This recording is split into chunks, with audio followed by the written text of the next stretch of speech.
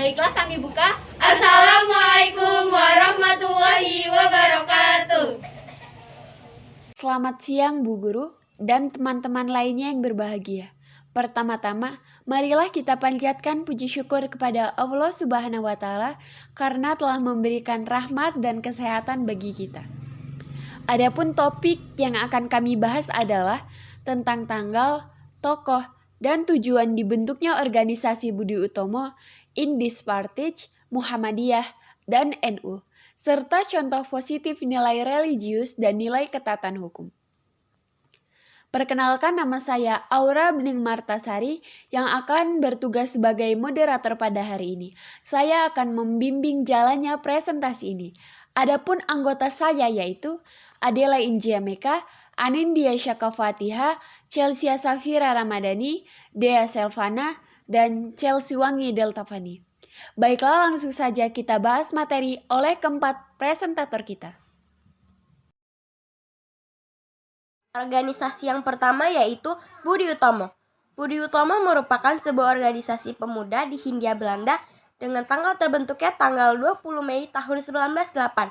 Dan tokoh-tokoh pembentuknya yaitu ada yang pertama Dr. Sutomo yang ada di gambar ini, yang kedua Gunawan Mangunkusumo, yang ketiga Suraci, dan yang keempat Dr. Wahidin Sudirohusodo dan mahasiswa sosial lainnya.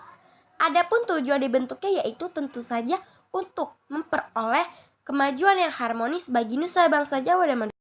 Organisasi yang kedua yaitu Indis Partij. Indis Partij terbentuk pada tanggal 25 Desember tahun 1912 yang didirikan oleh 3 serangkai, yaitu Does Dekker, Jipto Mangunkusumo, dan Ki Hajar Dewantara.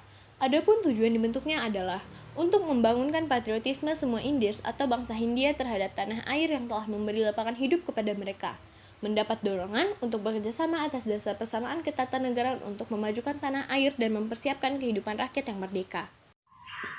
Organisasi yang ketiga adalah Muhammadiyah. Tanggal terbentuknya organisasi ini adalah 18 November 1918 dan tokoh pembentuknya Kiai Haji Ahmad Dahlan. Adapun tujuan dibentuknya organisasi ini untuk menjunjung tinggi agama Islam sehingga terbentuknya masyarakat Islam yang sebenar-benarnya. Sementara itu, Muhammadiyah merupakan gerakan Islam dakwah amar ma'ruf nahi mungkar dan tadid atau pembaruan tentang pokok ajaran Islam yang bersumber pada Al-Quran, As-Sunnah, As-Sohihah, dan untuk menghapus bentuk-bentuk pemikiran dan pelaksanaan Islam yang dihubungkan dengan hal-hal mistik atau tahayul. Organisasi yang keempat atau terakhirnya itu Nahdlatul Ulama atau sering kita sebut NU. Nahdlatul Ulama didirikan pada tanggal 31 Januari tahun 1926 atau 16 Rajab 1344 Hijriah di Surabaya. Adapun 9 tokoh pembentuknya yaitu pertama, Kiai Haji Muhammad Hashim Asy'ari, kedua, Kiai Haji Abdul Wahid Hashim, ketiga, Kiai Haji Zainul Arifin, keempat, Kiai Haji Zainal Mustafa, kelima, Kiai Haji Idham Khalid, keenam, Kiai Haji Abdul Wahab Hasbullah, ketujuh, Kiai Haji As'ad Syamsul Arifin, kedelapan, Kiai Haji Syamun, kesembilan, Kiai Haji Mashkur.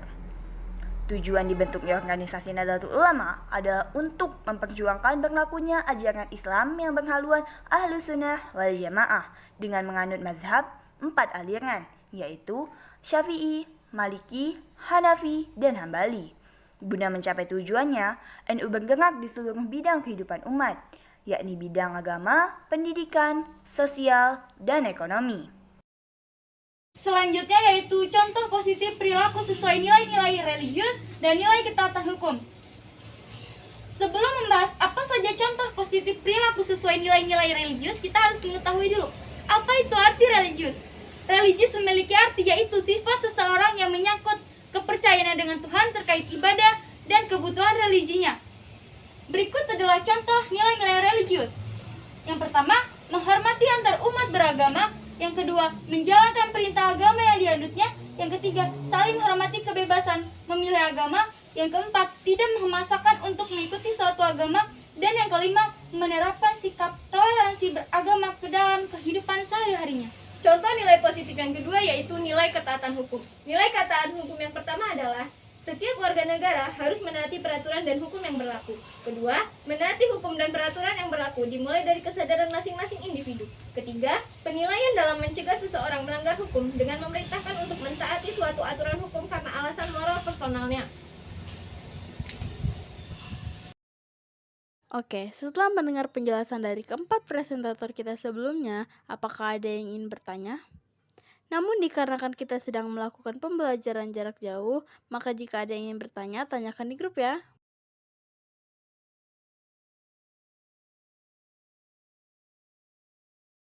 Sekian presentasi dari kami harap materi yang kami sampaikan dapat dipahami oleh semuanya. Terima kasih atas perhatiannya, kurang lebihnya kami mohon maaf. Kami akhiri. Wassalamualaikum warahmatullahi wabarakatuh.